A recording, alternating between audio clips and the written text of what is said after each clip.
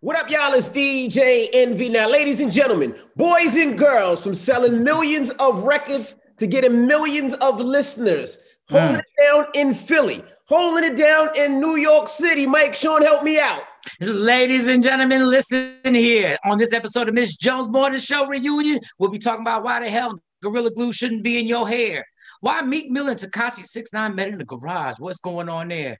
And a special apology to Justin Timberlake. Ladies and gentlemen, put your hands together for the queen of all media, Miss Jones.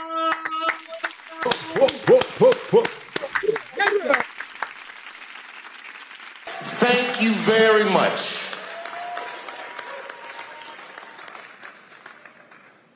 When I took 12 years off and you put me right back on top when I came back, I couldn't thank you enough. You have kept me free. I have not had to do what so many of my colleagues have to do because of you. I have no idea what dicks taste like. Hello, lovies. Hey. Happy Valentine's Day. I put red hair on.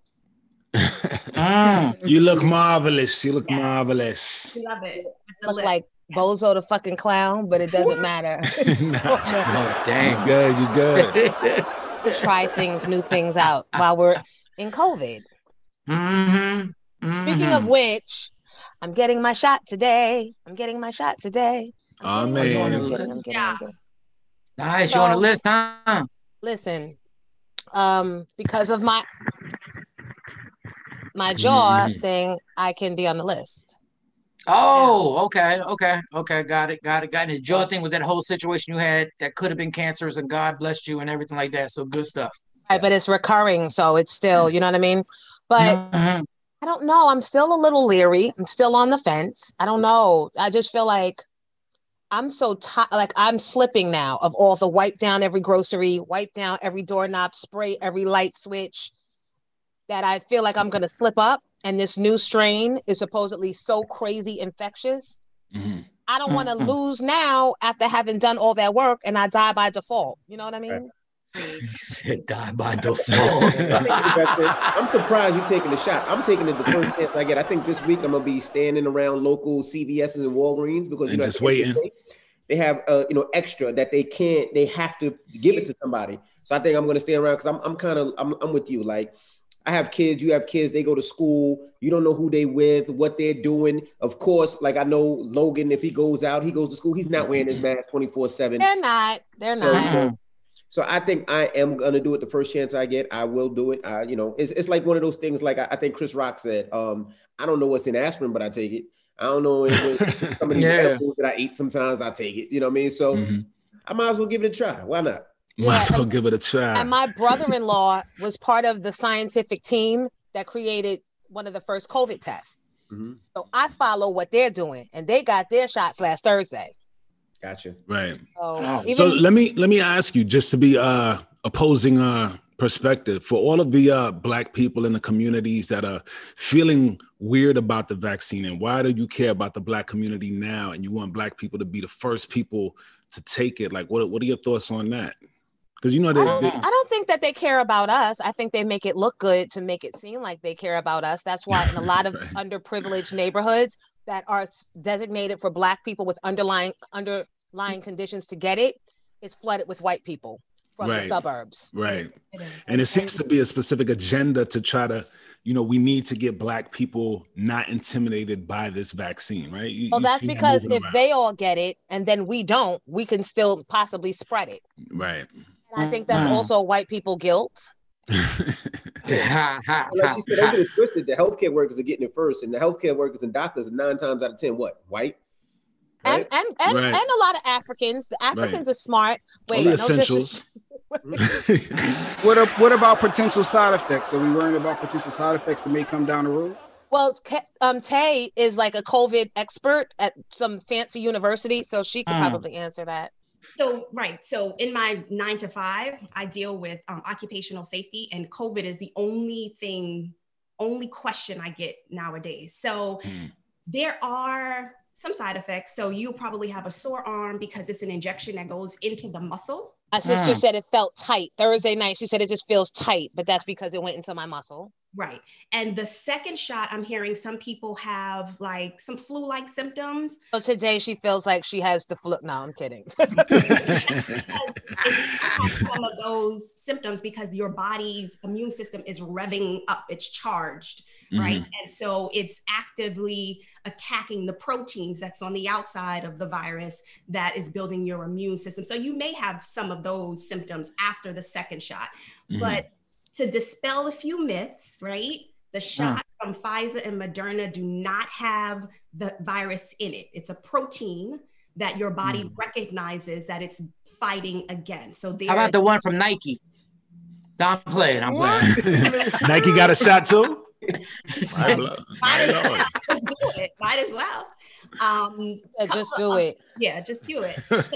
My recommendation to people when they ask, well, should I get the shot? Should I not get it? Like, I can't tell people what to do, right? And as a Black person, Shani, you know, we all have our skepticisms, right? Some reservations. That's right. And we should, and rightly so.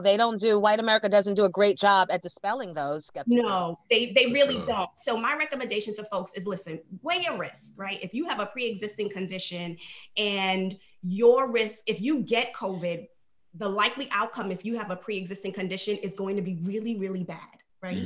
So weigh that risk over getting the vaccine and having maybe a sore arm and maybe flu-like symptoms for a day or two. That's my recommendation. Speak to your personal physician, talk to them about your medical history. And if you have a history of anaphylaxis, which is like an allergic overreaction, and you walk with an EpiPen, pump your brakes and, you know, don't get the shot right away. They're recommending that you don't get the shot right away. Oh, that's good to know. I can't repronounce that word that you said, but my daughter does have an EpiPen because of her severe asthma. So is that something? Yes. So, I mean, you can't give it to children at this point or teenagers at this point just yet. But as an adult, if you're an adult who walks with an EpiPen, like lots of people do for food allergies, asthma, you should sit back and watch and wait and talk to your medical provider. They may tell you, sure, you're good to go. They may tell you, let's wait to the next round. Well, I didn't ask my doctor. You know why? Because every time I go in his office, he sits back and I sit back and he goes, Miss Jones, what am I writing a prescription for today? Yeah, that's the doctor I'm talking about. Next time you go, Josie, please ask him for the Adderall. Please ask him for the Adderall. Please. Adderall is right here. I'll be at your house soon with a mask on. Ooh, Adderall. So Envy, I suggest because you be moving around. Matter of fact, you have a seminar about the real estate flipping, right? That you have going on, but you changed the date. Yeah, it was February 28th, but one of the speakers actually have COVID. So like I said, we want to keep it safe, and the time will be on the border of when he's supposed to get back. So we just figured we'll push it back 1 week. We couldn't push it back a week because that's All-Star in Atlanta. So then we're going to do it one more week after that. So we're just going to push it back 2 weeks just to make sure everybody's safe. It's not like people could take pictures or we're going to be up close on top of each other, but rather just be safe than sorry. And yeah, I do travel. And every time I travel, like I take a COVID test, I think twice a week. And I'm tired of taking these tests. I'm not even gonna say it. I'm tired of taking these tests. You know, if I go to the station, I got to take a test. When I come back home, before I can be around the kids, I got to take a test. So I'm tired. Get the shot. Yeah, just get the shot. I'll send you a link and get the shot before you go down there, just because. Absolutely. So, Envy, you went. I'm sorry, Jonesy. I just wanted to ask this one question. You went to the Super Bowl. How was it? Like, how was it? Because that was like the biggest sporting event that we've had with that many people. Yeah, it was 25,000 people, which seems like a lot, but in a big arena, it's not that much. So it's 2 seats, and then they had 3 cutout cardboards, and then they had 2 seats, and then 3 cutout cardboards. So you're not really sitting next to anybody. Like Khaled was sitting next to me, but it wasn't Khaled. It was a cutout of his cardboard. But so it wasn't that bad. The lines weren't long. It wasn't bad at all. You weren't up on top of each other. But when Tampa won, it was crazy. I mean, everybody was out in the streets. They were parading. They were everything. But we kind of got in and out, and we weren't next to anybody. And like I said, it was a blessing because 7 of Logan's teammates caught COVID. basketball team. Gia was right. Gia was right. Remember, but he wasn't there. He was with me. So if he would have been home, he would have been practicing, and he probably would have caught it too. But because he was with me at Super Bowl, he was clear. You missed it. Wow. Football. Basketball. He's doing both. Wow. Yeah, both. Yeah, basketball. So it was a blessing. So he's good. Wow. Close up sports. I mean, big up to all you parents out there that have the courage to let your kids do the hybrid activity. The hybrid like 3 days a week, and more power to you. But my thinking is that COVID does not pay attention to the days of the week. Right. And I'd rather my kids be here. Oh my God, they're my underlying condition. My kids are my I'd rather them be here than, possibly being around the virus. And Jones, I had this major conversation with my oldest daughter because she's begging me to let them go back to school. But she has asthma. Yeah, no. And I get the whole thing. These girls have been locked up not locked up, but in the house. Literally. Yeah, they've been locked up since March. Of last year. So when I come home, they're like, Dad, take us somewhere. Like, we got to do something. We can't just sit in there. So me and my fiance Stacey are going back and forth. But it's just a scary thought of just the asthma thing and taking this chance. But it's tough right now. Like, I really don't have an answer for this. Like, I don't even have one for you because I see both sides. Because, Jalen has the asthma too, although he insists he doesn't have it anymore. I don't know. But I don't know what you do in that instance. I don't really know. Like my older ones, they don't go to school. They do it from home. Logan High School from here, Madison College from here. The younger ones, the problem with them, I started off in March with them being home, but I feel like they lose that interaction.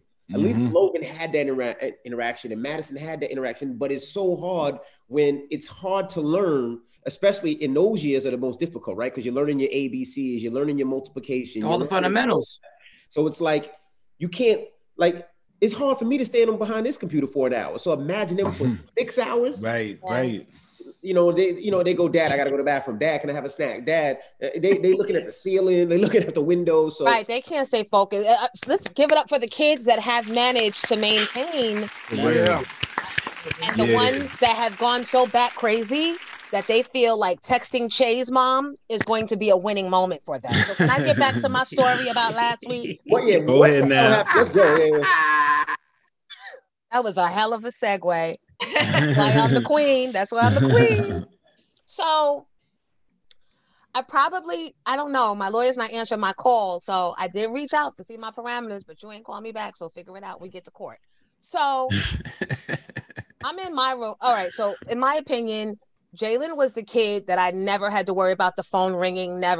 Che, the teachers, the school's calling all day long. That's already the background. Not that he's bad, but he's just busy. He's curious and he's slick. So Sunday night, I'm in my room. I remember I was watching Power, and I just start getting a flood of texts saying, I don't appreciate how you talk to my little friend so-and-so. You're a bad mother, and you need to check yourself. Like, it was just real. I could tell it was a kid because the spelling and the juvenile, and I said, you shouldn't be texting adults, especially people you don't know. You're bad. Che's bad. And both of y'all I need to take y'all over my knee and with both of y'all. And then this person, a little girl, bitch, I wish you would. And all let's get ready to all that. Ding, ding, ding. What age is this? What age is this? I think she had to be 11. No, it might have been 11, 12, 13, 10 or 11. Cursing me out. So my thing is, first of all, that's elder abuse. I never heard of that. I never heard of elder. It's a new one. Think of it when the cops be at the door. You think of it real quick. Listen, let me ask you a question. It's a new day. It's a new day. Those who live in the suburbs, was she black or white? White. White. Yeah. And what's crazy is that I called the mom. I called a friend of I didn't know what was going on. And my thing is, don't put me in Shay's shit. Like, I know I'm his mother. Hold on, who the hell are they supposed to put in Shay's shit? You the mom. If not you, I know I'm the mother. Don't put me on that boy shit. Wow. I'm watching Okay, Power. Don't put me in that boy shit. Right. Y'all love, hate. Don't put me in y'all mess because tomorrow y'all be friends again. And then, as it is, I'll be in trouble with the law. As always. But she kept on. So then after that, after I said the whole whipping, I called a mom who knew her mom. And that mom is like, well, you know, she's raised by her grandmother. Her mother just got out of jail and blah, blah, blah, blah. So the mother may not respond the way you want because the mother's letting her get away with things because she's trying to overcompensate from not being there. Gotcha. So I called the mother and the she's like, do you know what your son did? And I said, I'm not here. I do not defend Shay. I mean, I will if he's bad. Basically, I said, I know who my fucking kids are. Like, I'm not that mom. I know. But he didn't call your phone and text you and start cursing you out. Your daughter messed with me and she don't know me. Right. She's like, you're right. I can understand your point. And I said, now the issue with them, they need to resolve it. And us as adults, we need to start, we can manage from the background, but they have to start figuring out how to relate without us jumping in. I said, but when she called me, that's when she overstepped. She was like, you're right. She called the daughter, made her apologize. Then the next week, it's Halloween, and the little girl starts texting again with the I only apologized. Because was forced to? What? Shit. Wow. Oh, she sent you the text message kind of like, don't get it fucked up. Right, I really don't like you. She was bullying me. Be a real one. So what are they charging you with? What are they trying to charge you with? So now where does it go from there? The charges got knocked all the way down because then she, on her phone, she had threatened to murder Che. She was like, when I see you, I'm gonna murder you with my bare. How do we get to murder that fast? What the hell? But I told him snapshot that. Right. Because I know they're going to try and come up with some charge against you. And thank God we snapshotted it because they went in court with a whole bunch of bullshit. And when we were able to show that little Miss Innocent ain't little Miss Innocent, the judge was able to see both sides. And then when he saw me and I was like, Your Honor, I'm a single mom. I do the best I can. I have an older son who's in the #1 prep boarding school, #5 in the country. Yeah. Che is slated to be in advanced math next year. They're this, they're that. He goes, what do you do? I said, I'm a broadcaster. I said, basically, I'm a star. I always lead with the star shit. I said, and I got human with him. I said, but Your Honor, I don't play that crap. No disrespect. I'm old school. And kids don't be talking to adults. You don't call. He was like, I agree with you. These kids are bold. And I said, so she shouldn't have called my phone. But I already got in his behind. And the judge was like, son, I think that you'd be in way more trouble with your mother if you ever do something like that than any court could ever do. No, he knew I was real. I don't be interrupting people when they trying to like watch Power. So then they had to knock my stuff down. It was like, was it terroristic threat when you threaten to take someone over your knee, even if your child is included in that group of the threatees? Really? Damn. So now it's down to, I think, resisting arrest. Which thank God for body cam because my lawyer told because the cop is a racist. He's a racist pig. How did you get arrested? Oh, so the cops come to my house 3 weeks later and they say, so she waits 3 weeks. She flips it and says that I threatened her daughter. Like she did the whole thing. She did the whole thing. And I'm trying to tell him, me and her already spoke about that. And the daughter texted me again saying I didn't mean it. And then when I called the mother again, she didn't know it was me on the phone because we were on a 3-way with another parent who connected us. And she goes, if I ever see that Che's mother, bitch, I'm going to break her neck. I'm going to do this. I'm going to. So you know me. I'm like, where are you? I can bring the neck. Right. Queens, what up? But because she's friends with all the white friends, they're all friends out here. So she's friends with the cops. But so my lawyer was like, thank God for the body cam. So he told the judge, we need to bring the cop in here before you hear the case because the body cam is completely contradicting to what his report is. So, yeah. And so he came to my house in the middle of the night saying, we have some questions for you. We need you to come down to the station. Said, I'm not leaving my son alone at night for some stuff that happened 3 weeks ago. So this clearly is not an emergency, because then you'll be calling Child Protective Services on me because I haven't leave a child behind. So then he puts his foot in my door and won't let me close the door. So then I call my cop friend, who's a black cop at the town over, and he tries to talk to him. And he takes my phone and throws it down and goes, I don't want to talk to you anymore. And goes, turn around, you're under arrest. I said, how am I under arrest? You're under arrest for resisting arrest. I said, you never even said I was under arrest. So how am I resisting an arrest that I was never placed under? And what am I being arrested for? He could never tell me, never gave me a phone call, never nothing. It was totally white racist cop coming to black woman. And then he said, and your son's going to spend the night in Child Protective Services. They call Child Protective Services. So now he's traumatized. Wow. No, his fucking ass needs trauma, because stop fucking with these little kids and getting entangled with them. They're not your friends. Not your friends. Wow. I will say, just to be consistent, this is just a Tuesday in Josie's life. It's a Tuesday. It's a but it really is, but not for the last 12 years since I left. It hasn't been like, we got peace. We got prep school, we got football, we got wrestling, and we're home. Everything's regular. Who was this officer? What's the officer's bozo? What's this bozo's name? His name is last name only, please. That tells the whole story. Dinicola.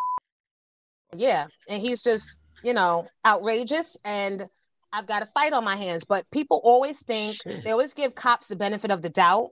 No, this happened way before George Floyd, and it just put a spotlight on that.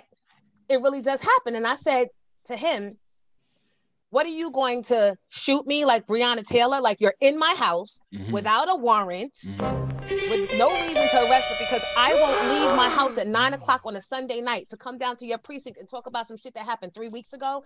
You couldn't have sent me a warrant or an appearance ticket or something in the mail and say, you don't have to leave tonight, but I need to see you tomorrow. No, it's because y'all are friends. And the body cam also shows her coming into the office when she files a report going, oh, you look good. You lost a lot of weight, but y'all are friends. What? And so you're trying to prove a point to your friend. You're trying to prove that loyalty. But you got the right one. You got the right one. Damn. Wow. That's definitely make a complaint. So I went to I then went to the prosecutor's office and sat down there in the lobby for 3 days straight, to the point where the prosecutor had to, because then I tried to file a counter complaint and he wouldn't take it. And he said, even if I take your complaint, I'm not arresting her right now because you're not in immediate fear of your life. I said, neither was she. She waited 3 weeks. I'm still not doing it. Does he have an email? Does that prosecutor or police officer have an email? Because, I mean, we could just, I mean, we have thousands of people that listen, and I mean, if thousands of people email him, maybe he will understand who, the pressure and who he fucking with. You know what I mean? Well, I think maybe not him, but let's do the mayor of this town, because the mayor is the one that'll put the smack down. The mayor and the prosecutor's office, because the prosecutors. Go ahead. No, and that's the mayor's the person worried about re-election and keeping their job.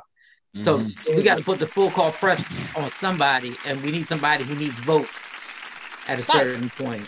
Yeah, that's the only thing that affects them, as we can see by the situation that happened yesterday with them acquitting former President Dump. But yeah, is that what happened? Yeah, they acquitted him. Really? Yeah. Wow. I mean, predictable. Basically predictable. I mean, but the amazing thing is Mitch McConnell, for those who don't know, actually sat up there in front of the whole country and literally said, yes, I do blame Donald Trump for what happened, but I still want to impeach him. He's the one that delayed them being able to impeach him while he was president. So you don't get to, you're the delay, and then you say that's the reason because of the delay. But listen, I hate this country because this country was completely based on enslaving Black people. My phone is blowing up, which means I'm probably saying too much stuff. So I'm just that means somebody in this crew is warning me. Love it. I love it. Okay, so Gorilla Glue. So who wants to talk about Gorilla Glue? Oh, but I still hate this country. I still hate this country because we're headed towards civil war. I wouldn't say I hate this country because I've been to a lot of other countries. A lot of other countries are a lot worse. I don't like where this country is going. I wouldn't say I hate though, because being in certain places, when I go to China, Japan, or I go to the islands, or I go to Africa, and the way they treat their people is a lot different.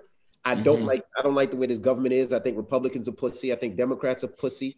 I think it's more about, it's almost like a gang. Oh, I'm red, I'm blue. But nobody knows if it's right or wrong. Like, we all know Donald Trump was wrong. It's hands down. I don't care if you white, black, you yellow, you orange. We all know the man was wrong. So I don't even know how they protect him. Are they protecting him because they don't want an American president to go to jail and how it looks to the world? But no, they're thinking about their spots. They're just thinking about keeping their power positions of councilmen or congressmen or whatever it is. It's all self-love. That's it. And remember, Donald Trump got over 70 million votes. They have to protect that movement for the next 3 years. You know what I'm saying? All that movement represents is white people are on top and you niggers need to stay in your place. And we're going to keep this up because damn will be the day that niggers and white people are on the same level, or that us white people get outnumbered, because that's where it's headed. And you guys will not have the power over us. This portion of the Miss Jones Morning Show reunion is brought to you our friends at Sarah Brown Caterers. So let me just tell you that Sarah Brown Caterers has opened a new restaurant up in Martha's Vineyard, Oak Bluffs, right?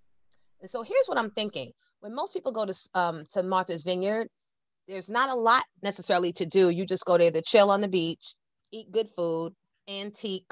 You go to chill and catch up with friends. So why not call Sarah Brown Caterers or email them and set up catering for you, so when you and your friends come back from the beach, the food is already prepared and spread out. That's a genius idea. Who wants to be cooking on vacation? Exactly. Absolutely. So give them a call, set yourself up and do it now, because it's going to be booked up really, really. Thank you, Sarah. Very nice, very nice. Back to the white man and his plans to continue. But it's crazy. I will say this real quick. I would like to thank Donald Trump for one thing. Go ahead. This whole situation has always been here. And the blindfold had to get taken off. And these people got empowered. And now we know what it really is. This ain't nothing new. This situation on white supremacy is nothing new. This has been here from the beginning. It's been here from the beginning. But see, when Black people always complained about the white cops being more aggressive with Black people, that also had to get exposed. It's all boiled up at the same time. And that is why they're so mad that literally it's Black people that voted Donald Trump out. So when he was saying, oh, I won at 10 o'clock at night, I won. You didn't win, because those counties that wanted to do the count early with their mail-in ballot, you told them no. We're not letting y'all count your little Black votes that are mail-in early. So guess what? Joe ass caught it in the aftermath. What he's saying is, we can't let the nigger vote count. Why else did he go just to the Black states? The black states where the Black vote is what cost him the election. Why? He didn't go to California or he didn't go anywhere else except Philly, Atlanta, Wisconsin. And I might be saying not the state, but y'all know what I'm talking about. Pennsylvania, Georgia, absolutely. Pennsylvania, Georgia, and the scary. Because he's really saying Michigan. We can't count the nigger votes. Like when do their votes count? And that's why I want you guys, we're not going to harp on this much longer. Look up gerrymandering, because that's what the new attack is. They're trying to make it be one vote per state. So whatever that majority is, it's like they're always trying to, this is why I don't like this country. I don't like this country. And so Black folks who always say, I don't vote because my vote don't count, we just proved that it does. Georgia just proved that votes count. Twice. Please keep that in mind. And they're already starting to start the bullshit to try to cheating, voting the next time. The cheating, that's what they do. Yeah. But the scary part, real quick, the scary part is that certain white people, white supremacy, are sitting there going like, God, they use a system that was built to fight against them, and they use that system for their rights in the correct way. And they're like, fuck, we got to change the system. Now they got to change. Right. See, we got to flip this. They figured it out. You know what also got exposed to me? It happened first 9/11, and now it's happening with this. How asleep at the wheel our fucking country is. For COVID to have been able to run rampant through our country for this long? How do you let somebody like I don't know.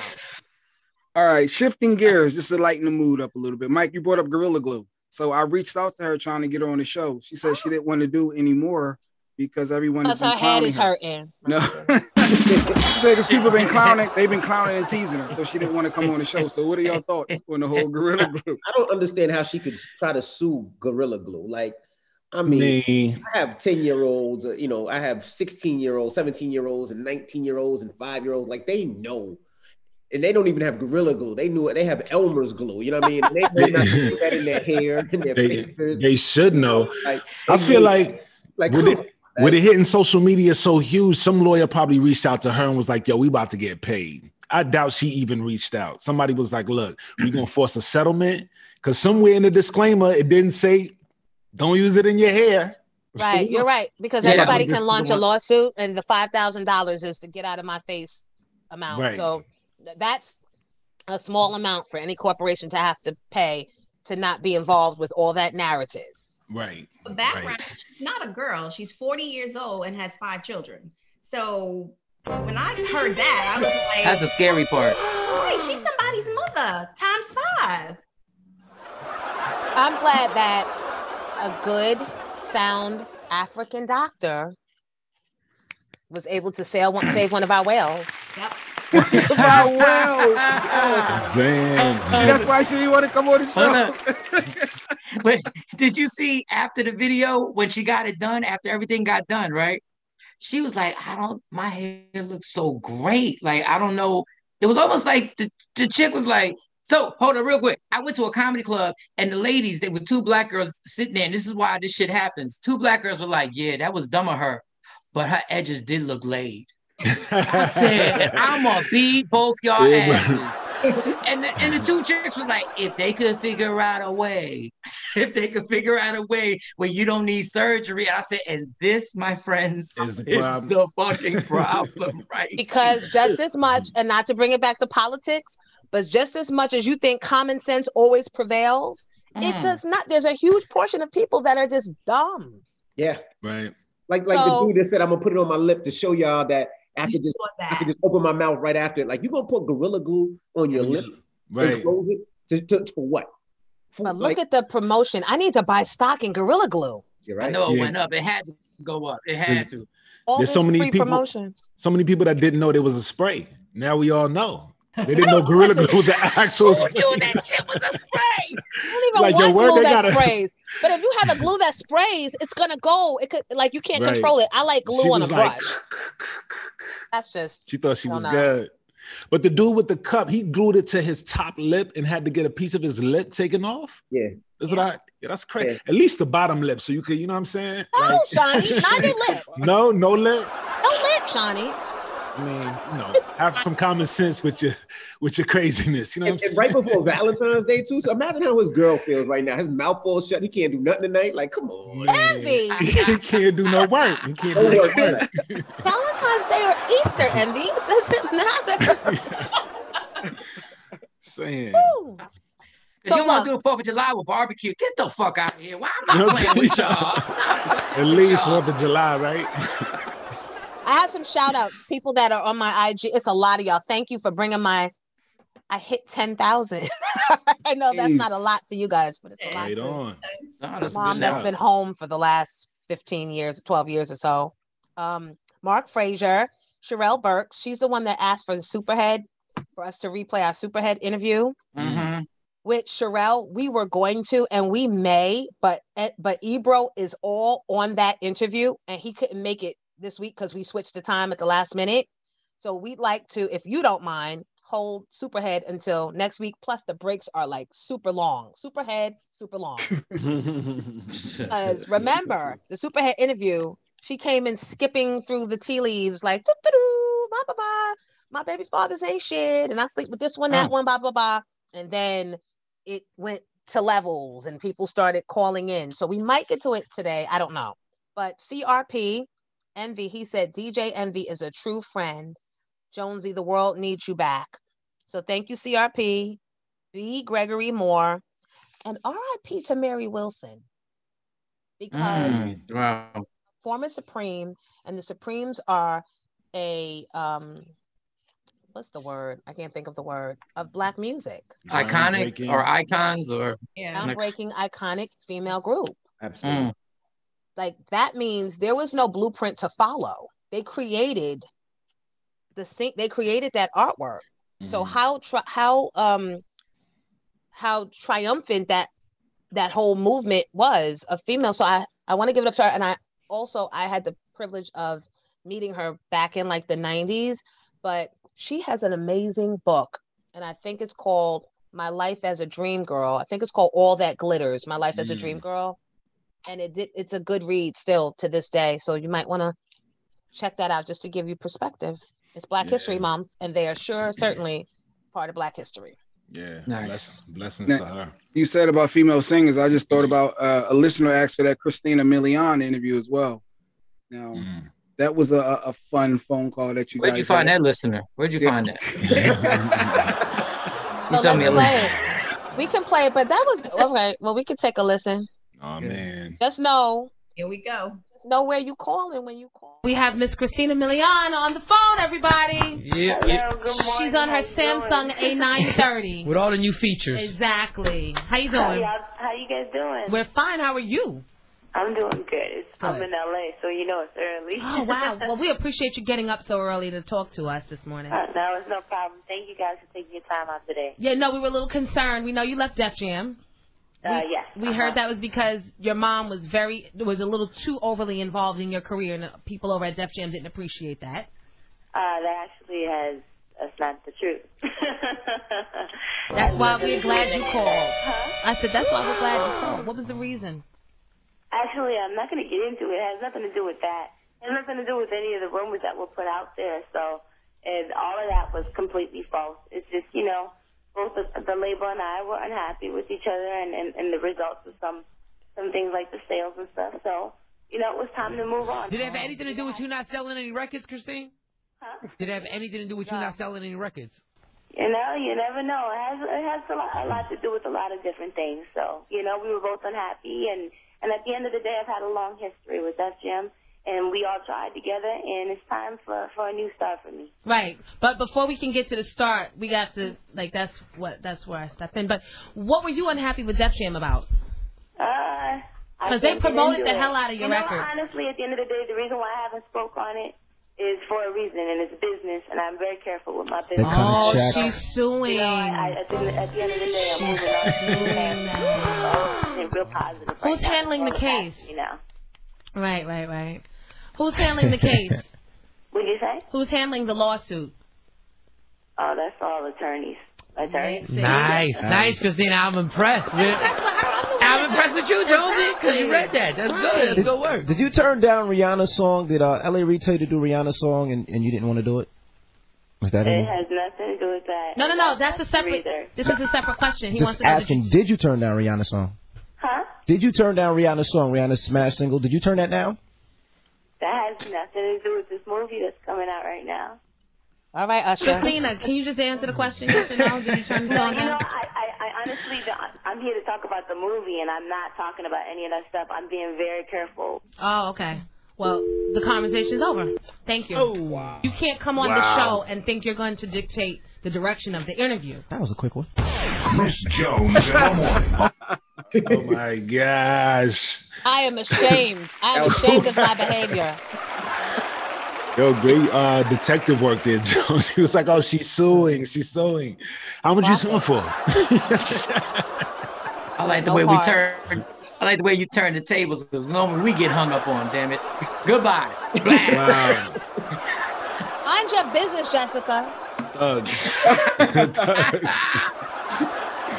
Yeah, but she was. I think she was the SOS song from Rihanna, and L.A. Reid wanted her to do that, and she didn't want to do it, and it was one of Rihanna's biggest hits.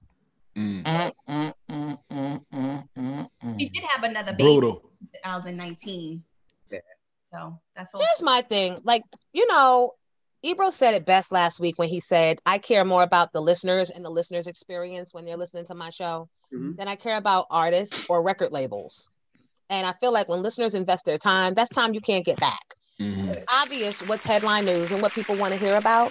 So even if you just give us a little bit of something, a little bit goes a long way. Give us a little bit, and we'll come up with the top 5 list of why. You don't have to worry about it, so you don't have to. We'll give you 5 reasons why Def Jam dropped your ass. I promise we will. Just give us a little bit, a little something. But she didn't want to give up anything, and I'm like, you have to research the shows that you're coming on. So the I don't want to talk about it shows. I almost did it. I caught myself. I'm not going to mention who the I don't want to talk about it shows are. Good job. You could have gone there and not have to get up so early. Right. Just know this ain't that.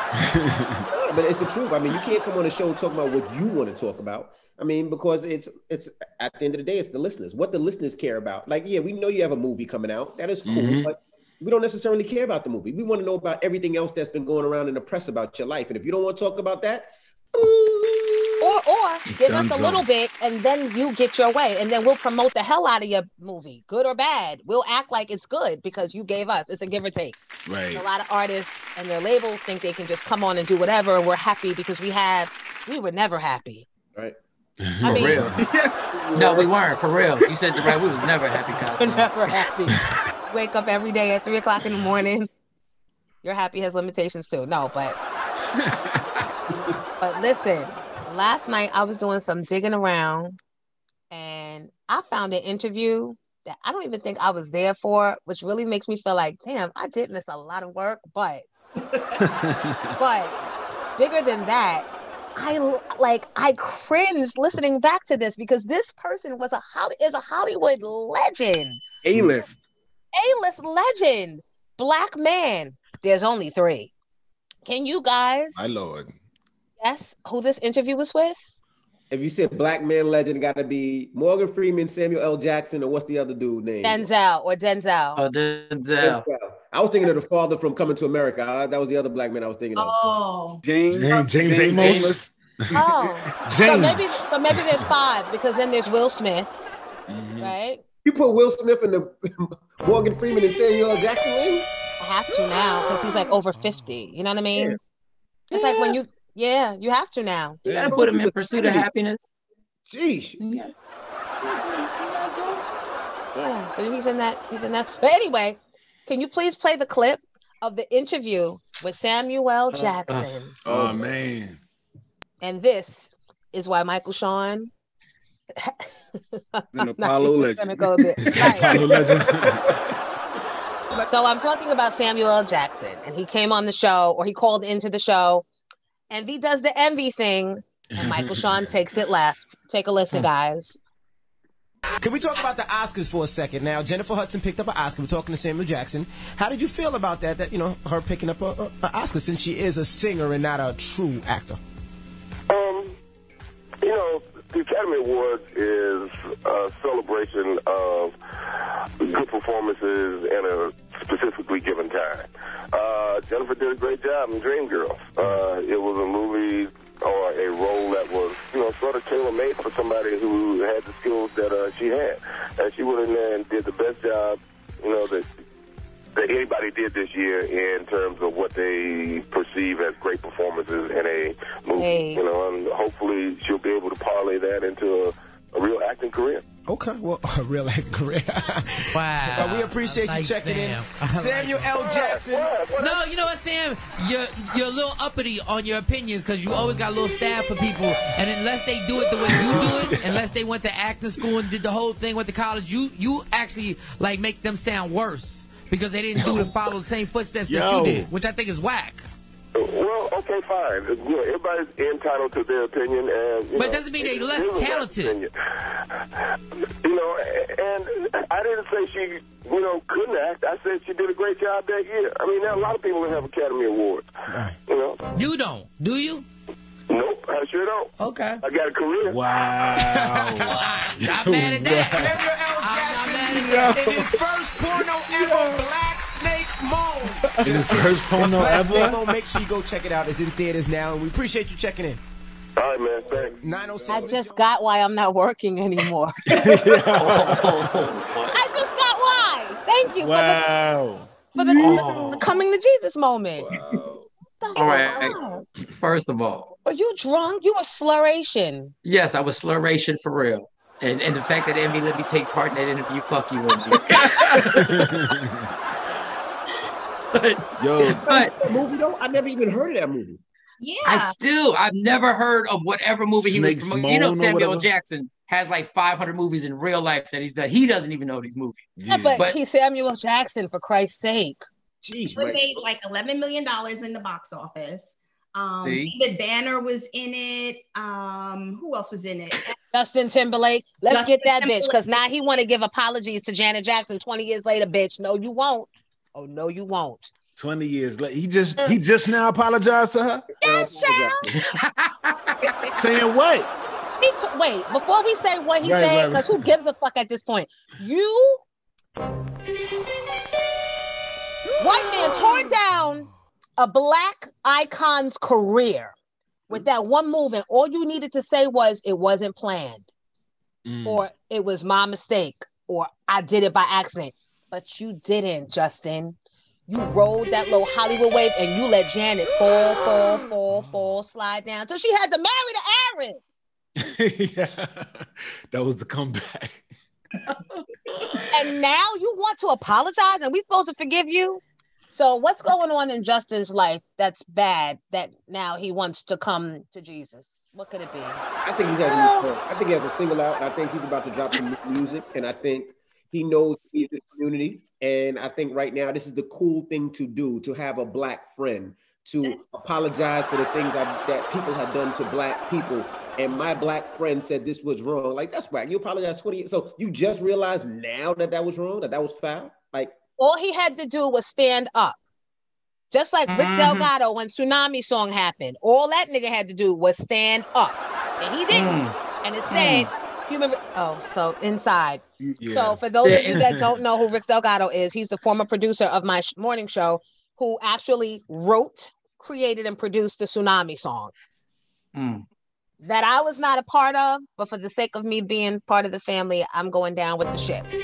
But when the lawyers came into question about it, instead of Rick just coming out and admitting he did it, he made them singing it, and he produced it and put it out, and he played it, he didn't.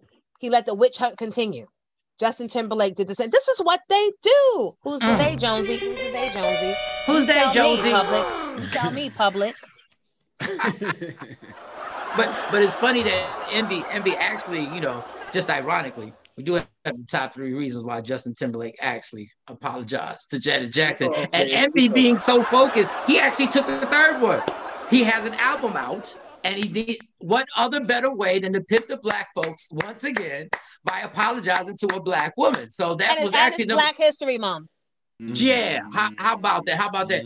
And how about, let's be real. Number 2, the reason why he wanted to apologize, because now he's older and he knows if he grabbed that titty one more time, he'd know what to do with it now. Now he would know what to do with Janet Jackson's titty now. So he like, I'm sorry.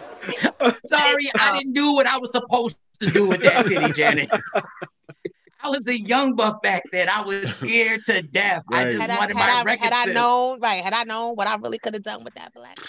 If I would have known your ass would look the way it looked in Tyler Perry movies, I would have grabbed it differently. Put it in your mouth. Now.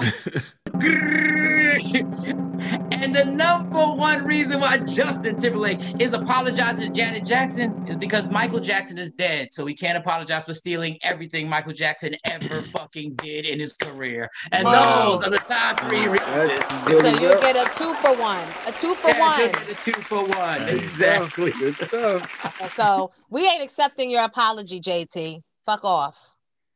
Even if the single's really dope, like if the single's too late. Let's say it's fly. Let's say the single was really dope.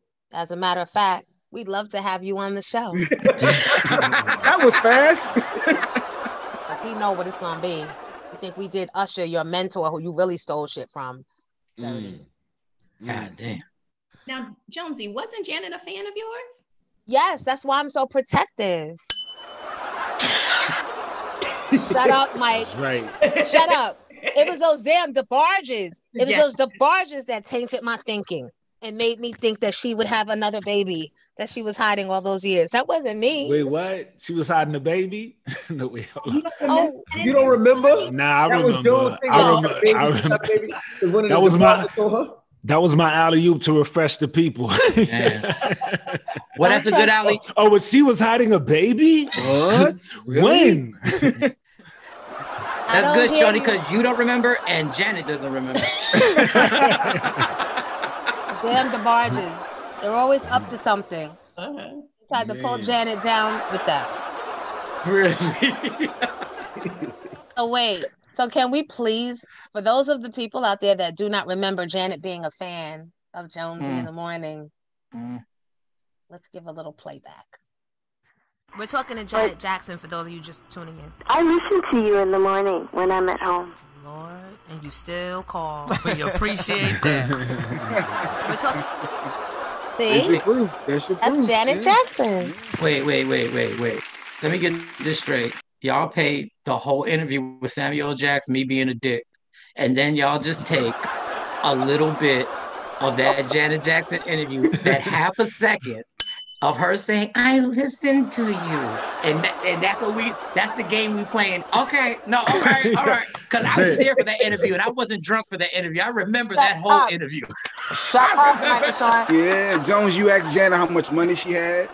That's not bad. The bigger thing was I asked how many kids she really had. Listen, stop. It's about my roses. That's right. That's what you asked her, Jones? You asked her that? I did, and then she jumped on you. No. You prefaced and said, please don't get mad at me. You turned into Janet. You started whispering like that bitch. All of a sudden, y'all were both whispering. You like, don't get mad at me. I want to ask you something, but just don't get mad at me. And she was like, well, then if you think I might get mad, then you shouldn't ask. Right? Y'all were the yin yang twins. Y'all were whispering back and forth, right? The yin yang. So she was like, then you shouldn't ask. And you were like, all right, fine. Mike, Shawn, you ask. How does that change anything? and now I gotta ask. So is it true? Is it true that there's a kid that you had that you let Rebe raise, and I had to catch that too? We're not gonna play that. Yo, black out my Zoom square. Black out my Zoom square. Black it out. No. Mike, listen. You had to take one for the team. Oh my God. Janet Jackson said she liked me on New York City radio. That's all that matters. And plus she was dating Jermaine Dupri at the time, and Envy was working with Jermaine. So we had to play a little nice to make it easier for Envy at work. Thank you. So once again, I had to ask the question, which means I can't hang out with Envy at the strip club anymore. Nice. Thank you. No more trips in a Bentley for me. Right. And you can't come to the Samuel Jackson movie premieres either. Damn. But we appreciate you, and I got my flowers. That's right. You got your Janet Jackson. Oh my God. But the funny thing is, when Michael Shawn actually did ask Janet about the baby, blamed it on the DeBarges. Yeah. So you didn't even really go at her. You said, I bet it's those raggedy DeBarges that are trying to lie. And what'd she say? And she fell right in, and she was like, yeah, they probably have a project that they're promoting and they need some attention. I'm like, Justin. Okay, perfect. So listen. So now we have to post the Janet Jackson interview in the full run. I'll post it on my YouTube channel so you guys can go to that after you watch this, because you have to witness the cuckoo. And you were really on your best behavior, because Janet said some stuff that was just like, she said the tour might not happen, and she was like, there's one particular brother who's not coinciding, but she wouldn't name the brother, and we're sitting there like, yeah, like it's Tito. Yeah, we know who it is. Yeah, like Marlon is the one that's holding this whole thing up. What are we doing here? We can't do the tour without Marlon, bro. Can't do the tour without Marlon. If Marlon ain't on that bass, this cannot happen. It was the white dude. The white dude didn't want to do it, damn it. Shut up, he's dead now. You can't. Yeah, no disrespect, man. There's just certain families that, like, you just, I don't know. I just felt away. that you just don't touch legacy stuff, I guess. Unless, can you guys quickly remind me of anywhere I might be contradicting myself right now? Yeah, because I'm trying to think of other families, and obviously we. I've gone in. Yeah, Beyonce wasn't legacy then. Beehive. Now, I know we wrapping up soon, but Jones, what are your thoughts or Envy Mike on the whole Meek Mills and 6ix9ine, Tekashi 6ix9ine beef? Yeah, I'm not telling. Envy, can you explain what's going on with that? Yeah.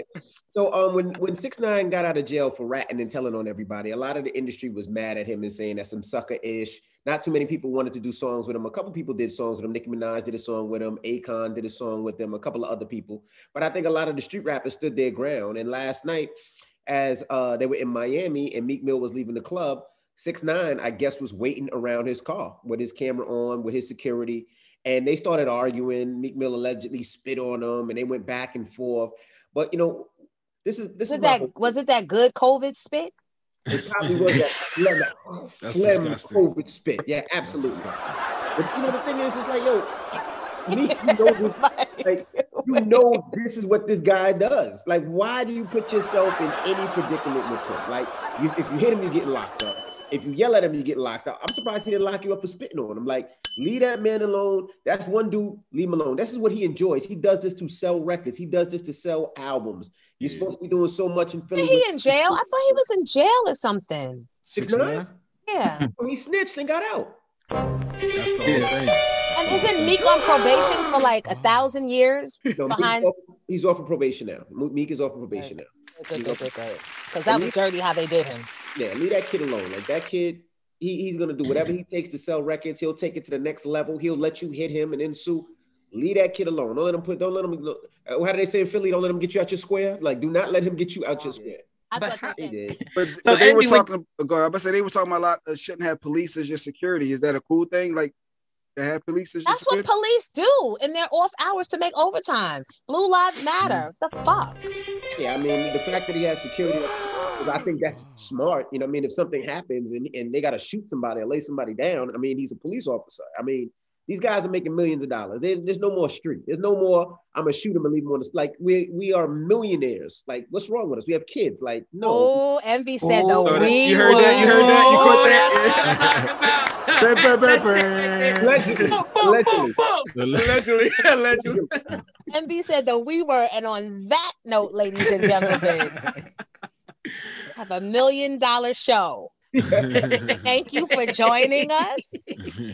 We love you for watching. Allegedly. Please. Oh, wait. And this portion of the Miss Jones in the Morning Show reunion episode 3 is brought to you by Sarah Brown Caterers. Please call, email them, and set up for your Martha's Vineyard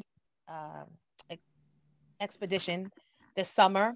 Plan ahead, and they can come in and cook for you and have your stuff prepared while you're at the beach. So when you get back, or if you want to have friends over, they'll have it all laid out. They will serve and cater and hook you up with that. So please email them and call them at the number listed right here. Thank you. Thank you guys. I look forward to my my YouTube show with y'all. You're like the highlight of my week. Yeah. Even my millionaire friend. You know that's the soundbite. You know that's the soundbite now. I just seen so many big things. Like, you know, I love the fact, I mean, it feels like we've been doing this show for 10 weeks. And this is only week number 3. And the way that people are talking and the way that people are enjoying, I just can't wait. I know, because we are giving you your flowers, but I just can't wait to that next step, which I hopefully will come before summertime, so I can really start walking around with my pants off my ass and mooning people, giving people my ass. I just see big things, and for everybody else that's out there that's giving so much love, is so appreciated. Oh, yes. Thank you. I appreciate it. And you guys, y'all sent me fucking flowers. These guys sent me flowers this week, like real like the first dozen I bought for myself. They sent real flowers to me. It was crazy because I was thinking about that the whole time. I was like, we got to send Jonesy flowers, so I made that happen. Okay, I'm playing Jay Black. Jay Black was the brain on that. But y'all, Jones, I said, hey, they said, look, we want those roses, so they picked them out. So it was all love. Yes. I said it was either Jay or Envy, and Envy's too busy. So it was Jay, but I know that the sentiment was there because y'all have just been showing up every week, and spilling and a lot of stuff we don't even want to revisit, but you have. So I appreciate all of you. Yeah, and I appreciate all of y'all out there. Like Ebro said last week, I care more about y'all and your experience watching and listening and hearing and asking the questions y'all always wanted to know than I could ever care about an artist, an athlete. Well, maybe not an athlete or a rapper. Well, maybe certain rappers. Or I just care a lot about you. And I want to make this as genuine for you as I can. So please continue to follow me at I am the official Miss Jones on Instagram.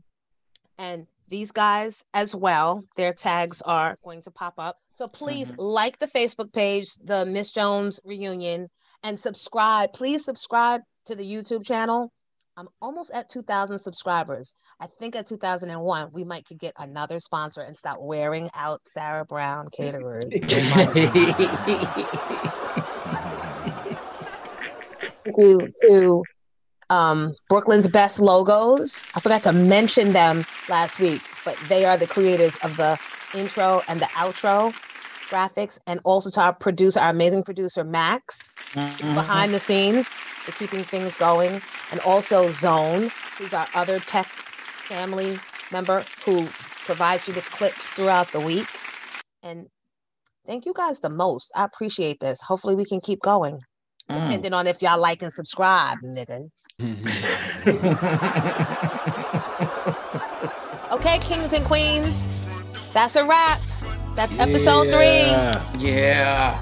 The end.